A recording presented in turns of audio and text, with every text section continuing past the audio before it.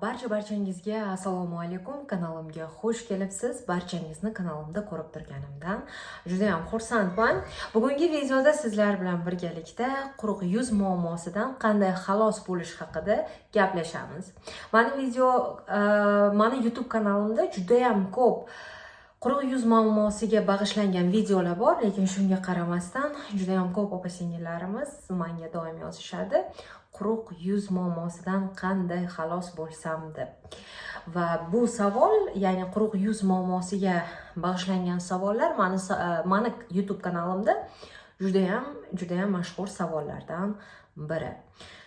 Bugungi videoni oxirigacha ko'ring va albatta quruq yuz muammosidan butun umrga xalos bo'lish sirini sizga o'rgataman. Bundan bir necha yillar oldin mani yuzim juda ham yog'li yuz edi. Toshkentda yashayotgan paytlarimda yuzim doim yog'li, yuz muammosi bilan men qiynalardim. Shvetsiyaga ko'chib kelganimdan keyin bu davlat juda ham sovuq o'lka bo'lganligi uchun yuzlarim juda ham qurib ketgan va yog'li yuz muammosidan quruq yuz muammosiga o'tib, quruq yuz muammosidan qanday xalos bo'lish haqida ko'p videolar ko'rardim, ko'p harakat qilardim, lekin ko'p narsada baribir o'xshamasdi. Chunki yuzimni qancha parvarish qilmasam, yuzim quruqligicha qolaverardi. Xo'p, birinchi navbatda yuzimizni parvarish qilishni o'rganamiz. Birinchidan, albatta yuzingizga mos tushadigan yuzni namlantiruvchi penkalardan foydalanamiz. Penka yoki umivalka, qaysi umivalka sizga to'g'ri keladi? Men penkali umivalkalarni yaxshi ko'raman. O'shanaqalardan ishlataman.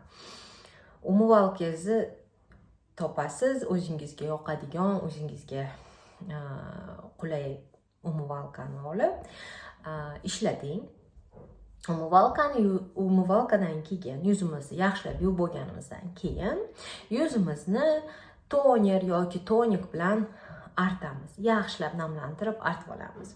Toner bilan tonik bitta narsa degan opa-singillarimiz uchun aytaman, toner bilan tonik bitta narsa emas. Orasida ozgina bo'lsa ham farqi bor narsa. Agar bitta narsa bo'lganda, ishoning, nomi ham bitta bo'lardi. Biz egizaklarni bitta inson deb hisoblamaymiz, to'g'rimi? Bitta inson deb ayta olmaymiz. Ular egizak, bir-biriga o'xshaydi, ammo ikkita har xil inson. Xuddi shunaqa narsa toner bilan tonik bir-biriga o'xshash bo'lgani bilan baribir orasida farqi bor. Bitta narsa deb ola olmaymiz. Keyingisi, toner bilan yaxshilab yuzingizni artib olganingizdan keyin qurishiga, shu toner yuzingizda qurishiga ruxsat bering. Qurigandan keyin yaxshi sivoritka serum olib, yuzingizni yaxshilab namlantirib, bu sivoritkani ham yuzingiz yaxshilab qabul qilishini kutib turing. Ya'ni yuzingizda sivoritka qurisin. Qurigandan keyin ko'zingizni atrofiga suradigan maxsus kremlardan surib, undan keyin yaxshi ertalabki parvarish bo'lsa, ertalabki kremni, kechqurungi parvarish bo'lsa, kechqurungi tungi kremlardan ishlatib, yaxshilab ishlating. Va mana shu yerda ko'pchilik opa-singillarimizni yuz parvarishlari tugaydi. Bo'ldi, mana kremdan keyin hech narsa surishmaydi ko'pchilik opa-singillarimiz. Lekin shuncha harakat qildik, toner bilan yuzimizda artdik, sivoritka surdik, krem surdik, lekin yuzimiz quruqligicha davom etyapti. Yuzimiz qurib qolyapti. Baribir muammoyimiz quruq yuz muammosi. Nima qilamiz? Mana shu joyda yuzimizni parvarishni tugatmasdan yuz namlantiruvchi spreylar bilan yuzimizni yaxshilab namlantiramiz. Yaxshilab seping. Ana undan keyin yuzingizni parvarishini yakunladim desangiz bo'ladi. Yuz namlantiruvchi spreylarni kun davomida bir necha martadan ishlating. Aziz opa-singillar, agar yuzingiz quruq bo'lsa, mani yuzim quruq yuz.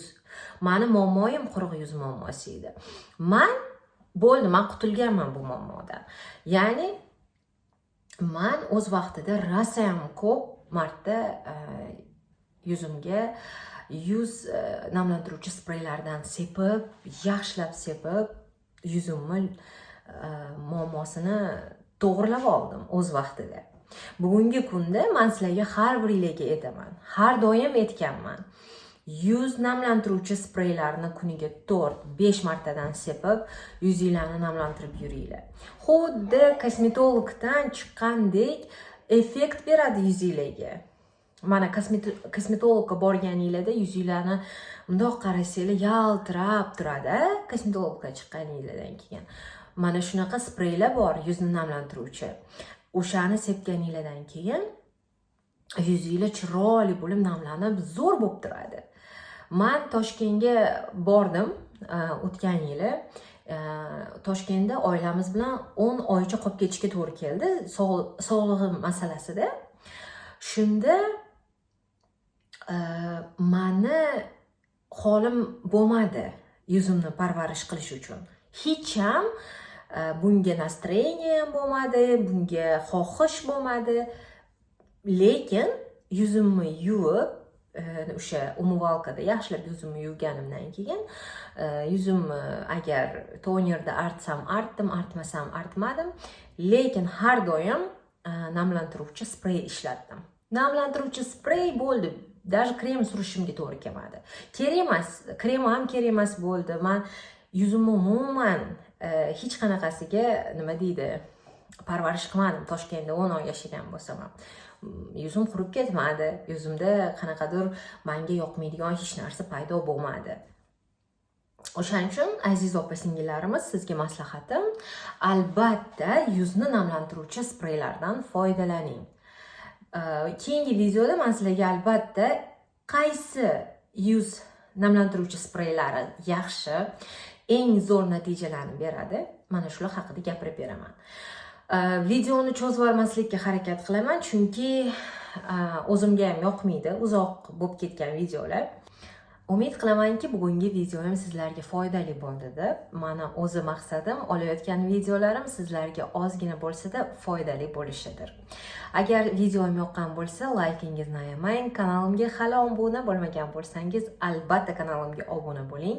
Keyingi videolarda esa biz sizlar bilan quruq yuzlar uchun eng yaxshi va samarali bo'lgan, foydali bo'lgan yuz spreylari haqida gaplashamiz. Keyingi video lavhalarda ko'rishguncha barchangizga eng chiroyli tilaklarimni tilab qolaman.